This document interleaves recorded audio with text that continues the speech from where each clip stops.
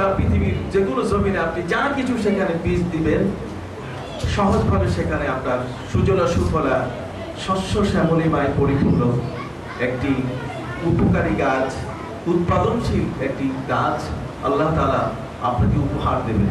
আরেকবার বলি আলহামদুলিল্লাহ। শুধু তাই নয়, এই পৃথিবীর প্রথম এই ঘরটির কাজ হলো হুদাল্লিল আলামিন। জগতের মধ্যে আপনি যেখানেই থাকুন না কেন, এই ঘর আপনাকে হেদায়েত দেবে, আপনাকে আল্লাহর পথ দেখাবে। তাফসীরের কিতাবে বলা হয়েছে, যদি আকাশের কোনো পাখি জঙ্গল থেকে বের হয়ে তার আহার আহরণ করে, তার খাদ্য আহরণ করে খাবার খেয়ে ফিরতে গিয়ে যদি তার নিজের বাসা খুঁজে না পায়, তাহলে কাবা ঘর মক্কা মুআজ্জামা থেকে তাকে তার বাসার পথ দেখায় দেবে।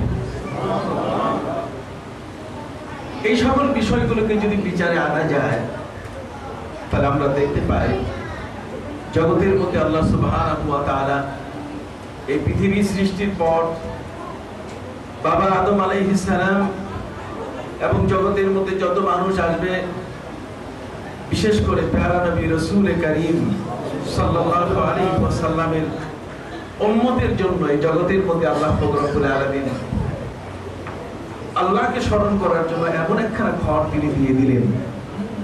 হুবহু সপ্তাকাশে বাইতুল মামুরের সোজা নিচে এই কাবা ঘরকে ফেরেশতাদের মাধ্যমে প্রতিষ্ঠিত করা হয়। সম্মানিত সুধী, হযরতে নূহ আলাইহিস সালামের প্লাবনে এই ঘরখানা পলিমাটিতে ঢাকা পড়েছিল। 150 দিনের বন্যায়, 150 দিনের প্লাবনে যখন গোটা পৃথিবী অথই পানিতে ঢেকে গেছিল, একজন বৃদ্ধা মহিলার বাড়ি ছাড়া, ইল্লা আজুজান ফিল গাবিরিন, একজন বৃদ্ধা মহিলার বাড়ি ছাড়া, যে মহিলাটি হযরতে নূহ আলাইহিস সালামের উপর ঈমান এনেছিলেন, কিন্তু তার নৌকায় আরোহণ করার সুযোগ হয় নাই।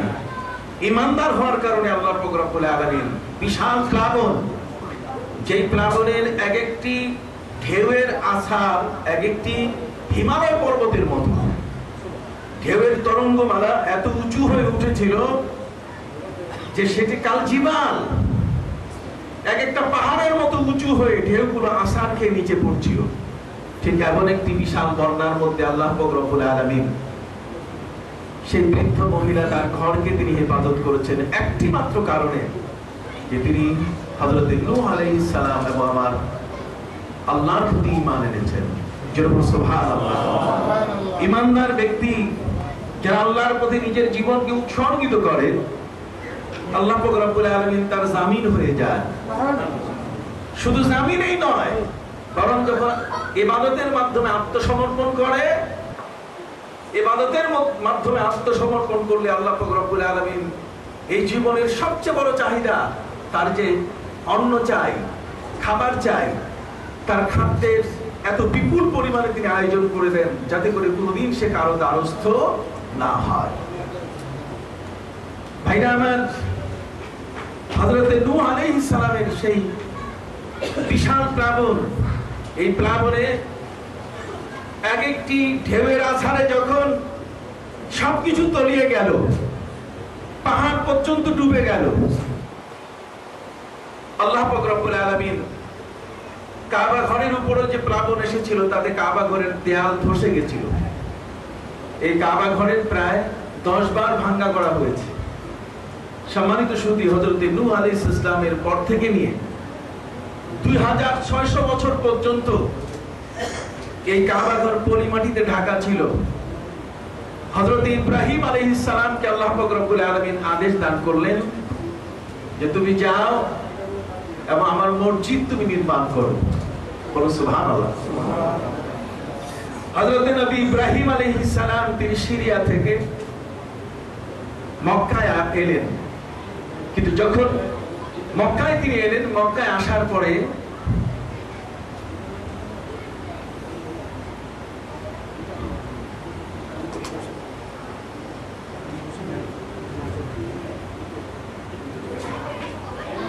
আমরা আজকের যে ফান্ড রাইজিং বিষয়টির উপরে আজকের আমাদের এই সেমিনার এবং আলোচনা, এবং মূলত আমি সেদিকেই যাচ্ছি আপনাদেরকে নিয়ে, কারণ সময় আমাদের হাতে কম।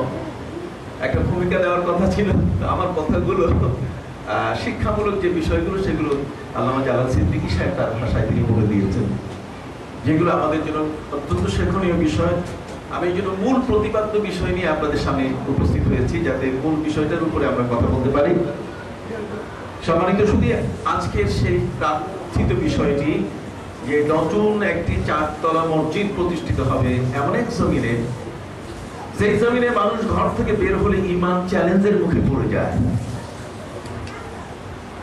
যেই এলাকায়, যেই দেশে, যেই অঞ্চলে মানুষ বের হলে তার নিজের ঈমান, তার নিজের আমানত, তার নিজের জীবনের যে আদর্শগুলো রয়েছে সেগুলো অত্যন্ত চ্যালেঞ্জের মুখে চলে যায়।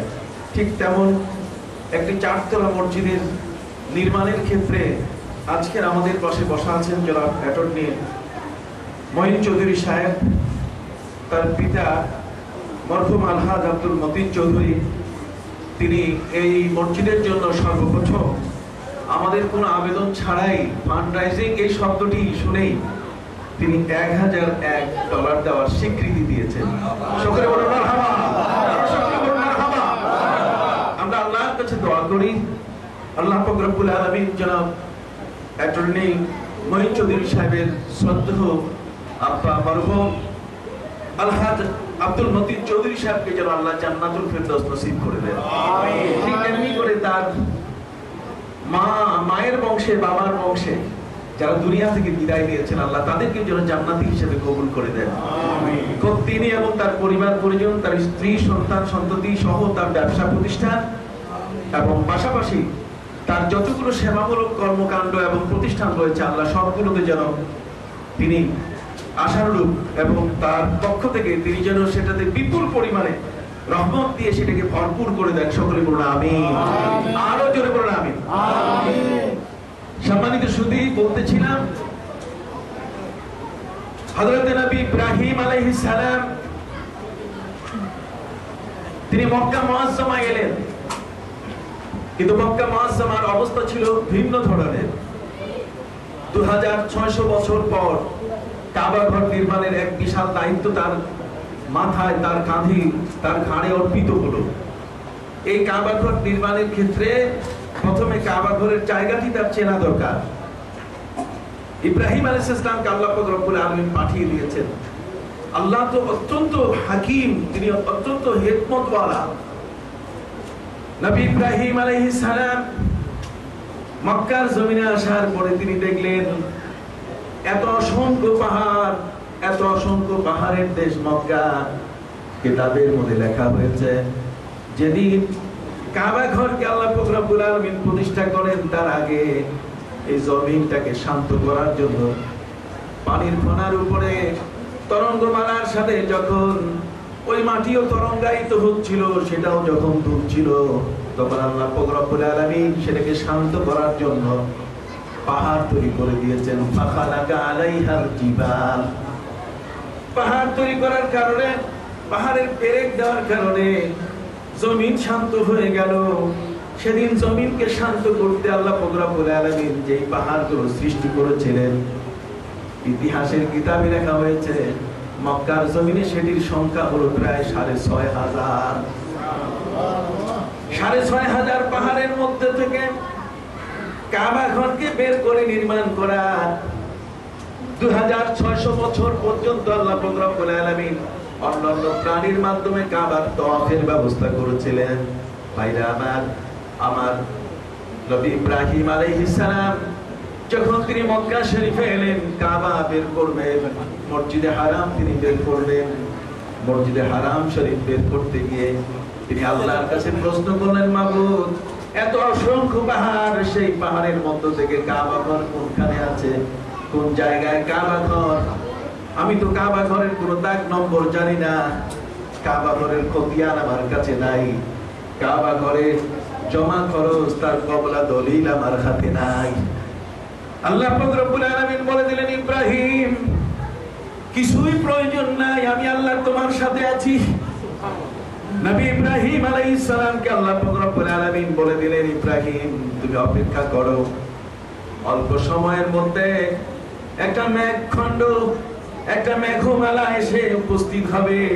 যেই জায়গাটিতে মেঘমালা দাঁড়াবে, সেই মেঘের ছায়া যেখানে পড়বে, ওই ছায়াটির জায়গা তুমি মনে করে নিও, এই ছায়াটির জায়গায় মূল, এটাই হচ্ছে কাবা ঘরের মূল ভিত্তি। কাবা ঘরের মূল জায়গা হলো ওই মেঘের ছায়া যার উপরে পড়বে। বলো সুবহানাল্লাহ। হযরত নবী ইব্রাহিম আলাইহিস সালাম তিনি অপেক্ষা করে শুরু করলেন। মুহূর্তে আল্লাহর পক্ষ থেকে মেঘমালা এসে গেল। তাফসীরে দুররে মানসুরের মধ্যে আল্লামা জালালউদ্দিন সুয়ুতী রাহমাতুল্লাহি আলাইহি লিপিবদ্ধ করেছেন,